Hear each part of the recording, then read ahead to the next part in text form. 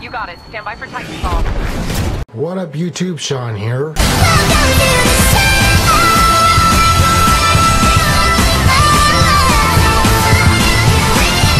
What up, YouTube? Sean here. I am, let's see, this is part experiment, part video on my plan, so I'm gonna try to do this as smoothly as I can, but I'm gonna make this a video on the build that I'm planning to make that I talked about in my, or I think my last video, yeah, if not the last one, then definitely one of the ones that I just did before. So to start things off, let's hear it. The processor I'm gonna use. So I'm gonna use the Core i7 4790K.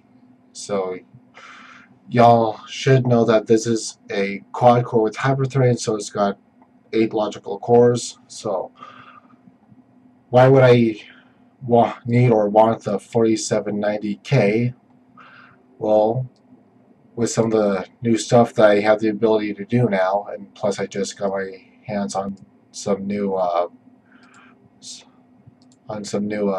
editing software. Granted that Premiere Pro is a trial right now, but so I plan on doing higher end video production. Granted, it's still just a hobby at this point. I don't get paid for such work, but it's a hobby that I enjoy, and also it just makes my gaming a lot more smooth. So let's see here. So then next up is motherboard, and the one I'm going to be using is the Maximus 7 Hero. So reason I chose this particular motherboard, and I'll actually pull up the Micro Center for this if I can remember where I put it. Screw it. I'll just do this instead. Scroll down here. Yeah, and this gives you a preview of the other parts that I'm going to use. So the Hero is obviously a 1150 motherboard. Let me zoom in here a bit. So the primary reason why I want this board is so that I can do SLI, because I plan to use a dual graphics card, so that way I can run not just my 3 monitors, but also do surround for gaming. So it has the two PCI Express 3.0 x16 slots, so that's gonna help alleviate any bottlenecks as far as the graphics throughput goes. And it also has 6 USB 3, which is really nice benefit.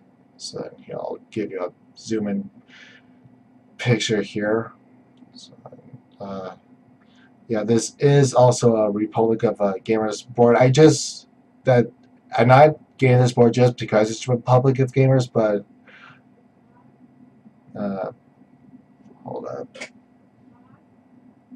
Okay, sorry about that. I had to go talk to my mother. So where was I? Oh yeah, I was talking about this. So this just happens to be Republic of Gamers board. I didn't get it because of that. So it also gives me a few extra features, such as the you can't see it in the picture, but or at least that well, but it gives me some extra onboard options, like the LED posting indicator and the onboard start and reset buttons. Then I do plan to overclock the 4790K at least to the next highest gigahertz. So, or at least no, not the next highest gigahertz. That was my plan with the lower end processor. But I'll probably jump this thing so that it's all on 4.4 or 4.5 if I can get it to actually do that, because I've heard of some people who have, or maybe that was the 4770. Yeah, I think that's what that was. So, oh yeah, you go back to the other picture here. This board also has there we go, onboard USB 3, but granted, nowadays that's a pretty standard feature with at least with the higher end boards. So then, give you guys another view here. Come on, load. Okay, there we go. So it's still got the PS2. I don't. Part of me think. Well, part of me wishes that PS2 was face out on a board like this. I don't. The other part of me thinks that that's still gonna stay on boards at least for the next couple of years until we can actually get PS2 in usefulness phase all the way out. So then it comes with optical audio and HDMI. Then there's the 4 USB 3s, and then obviously these also double as the USB 2.0s, and there's the other 2.0s over there for the 6. Then it has a reset BIOS right here on the back panel, which will be nice if I ever mess up the clock. Then there's a nice red LAN port. Let's see, is there anything else? Oh yeah, so then again, just some it comes with some ROG stuff, which for me is just added bonus. So then there's the SLI cable that I'll likely be using. Is there any other view that I need to share with you here? I don't think so. No, it's just back to the board. So that's the board in a nutshell. So then as you can see, I'm planning on using Micro Center for all of these parts. Sorry. Then let me see here. I'll go with the RAM next. So then RAM, I'm going with 16 gig set of Crucial Ballistics. I was planning on using the Micro Center brand DDR3 RAM, but I decided that I figured that these ballistics would give me a bit better bang for the buck. Then I'm not sure if I'll overclock the RAM. I've never truly been that much of an enthusiast about this, but I'll probably try something just so that I can see what those results are. So let me see here. So I guess next major component is the oh no, that would be the graphics card that I want to show you guys, but it's not on part picker right now. But so where is it? There it is. So if I can pull this up, okay. So a graphics card, like I said, I plan to do SLI with my video cards, but I'm basically so right now I have a GTX 770 superclocked 2 gig card in my rig right now, and I love the thing. I have no problems with it. I've been able to set its clock somewhere around like the 1 gigahertz range, but that was only experimental. So like I said, I plan to run 2 of these in SLI, and let's see what's the clock here. Core clock is just over 1 gigahertz. So I, depending on how how I feel with this card in the synthetic benchmarks and some gaming tests, I might bump this up to, pardon me, I'm a little gassy right now, 1500 megahertz, so 1.5 gigahertz, if I can get it stable without much issue. So yeah, it's obviously it's the EVGA with the ACX cooler. I haven't had problems with my 2 gig card, so I don't think I'll be having any issue with the 4 gig one. So then let's see here. Guess next I'll talk about the case. So unfortunately, Micro Center doesn't have the Stormtrooper in stock right now. They only have the Storm Striker, which while I like the look of it, especially with the window, it doesn't quite have some of the features that I want. Like let's see if I can. Oh, come on!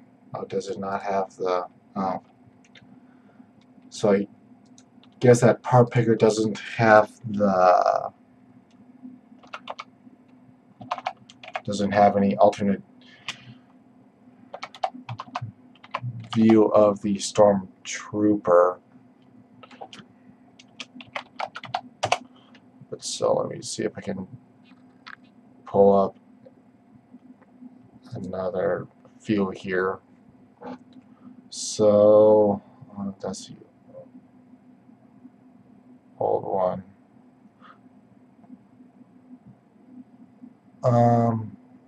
Okay, yeah, I'm not seeing what I'm looking for here, but according to the spec sheet that I saw, this case should have one, I think it's like 240 or something. It's one of the bigger case fans that you can get in a full tower case, but it's got 2 of those in the case, one at the top and one at the front. So that's why I hope to be able to go with the Stormtrooper, because the bigger fans will create more airflow at lower RPM, so they'll just last a bit longer in that regard. Then go with my just see if I can do these in a mass chunk. So then for my drives in general, for my primary is gonna be a Kingston solid state. I have a Kingston SSD now, 240 gig SSD, and so so in theory this HyperX 3K should provide a bit better performance. So that's why I chose it. Plus the price on it isn't that bad, $170. I think I paid that for my current Kingston SSD right now. Then I've got maybe I should just done these as the same thing. But so for hard drives, I'm gonna have a total of 5 terabytes of storage. I know that's overkill, but I want overkill, or at least a bit of storage overkill with this build. I'll pull this up here because I'm actually running a bit low on my current system right now with storage. So I'm gonna I'll use the 2 terabyte for anything that I don't want to store on the SSD. Then I'm just gonna use the 3 terabyte for a mass internal dump drive and other big files, because I have a 2 terabytes Seagate in an enclosure, and I run it as an external, and so I do use it as a dump drive, but I want something internal because it's sort of a pain to have to boot that thing up every time I need to access it. Then let me see here. So that takes care of that. So then the last couple parts here. I've been wavering on on the power supply I'm gonna get. I was gonna, let's see if I have it in here. I was originally gonna use a here we go. I was originally gonna use this power supply.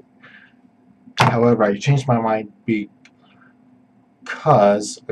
with some of the extra research I did and asking around on Tom's Hardware, I discovered that for the here, let me pull up here. Where is it? No, where? Oh, is it not? Did I not put it in here? Okay, hold up. Wait.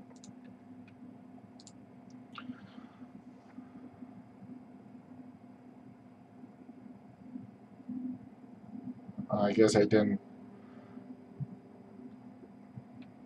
So here. So I discovered that for the price jump, which really isn't that much. So the RM 850 is 170, but the Cooler Master V1000 is 200. So it's like a $30 jump, but but it but that extra 30, but oh no, thank you. But the extra 30 jumps me to 1,000 watts plus. Again, according to Tom's Hardware, this jumps me up into the tier 1 power supplies. So for me, that's a win-win at not much of an extra cost. So yeah, so that's why I went with the Cooler Master V1000. Plus, it'll power the system plus have extra headroom, so it'll actually be a bit more efficient because I won't be taxing it near as much as I would the 850. Then last but not least is my optical drive. I didn't go over anything like the peripherals or the OS because I haven't, because this is going to be my new main rig, so I already have all the peripherals I'm going to need, say for like the new gaming keyboard, which I'm just going to wait till after till either after my birthday, which is coming up in 2 months, or till after I get this thing built in May. But I do plan on getting a better keyboard, or depending on what comes out with comes out after CES, which is going on right now as I'm recording this on the 6th, which is also why I'm waiting to build this computer in May, because hopefully by then all the tech stuff will have settled down, and maybe we'll see some new stuff and know what to expect end this year and going into 2016. Hard as that is to talk about right now. But so, and for OS, I have my own copy of Windows 7, which is why you didn't see it in there. So then going back to the optical drive, I got so you can't see that hardly at all. I'm going with LG Blu-ray reader, and so I'm going with a Blu-ray because I want to be able to watch Blu-rays on my PC. Granted, my Xbox One basically is my Blu-ray player right now. I want to be able to burn the rip Blu-rays onto my computer, so that way I can watch them on the go or whenever the heck I want. Which is also why I'm going with some big storage solutions for this build. So it's taken about 15 minutes. So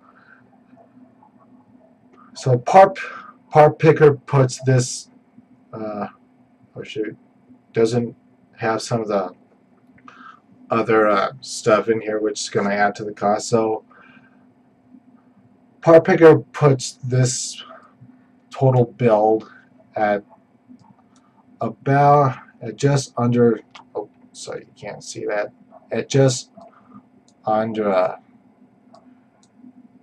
1400, but if I can get all the parts that I want to, I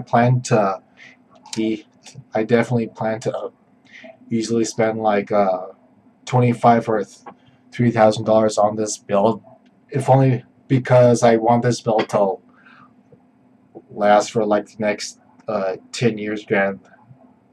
Granted, I'll likely have built a new system by then, but I just want some a bit of leeway as far as down the road goes, and a bit of good horsepower right now. So spending $3,000 on this machine won't be that much of a issue for me, especially since I'll be spending that all on the parts, since I have all the software and peripherals that I need. So that'll take care of the video and my future build prospects, at least as of right now. So I hope you guys enjoyed this little bit of an experimental video, and I'll see you guys later. Peace. After all, I gave you something special. Don't you think it's ironic you're the first boy I've ever kissed? 'Cause I'll be your last!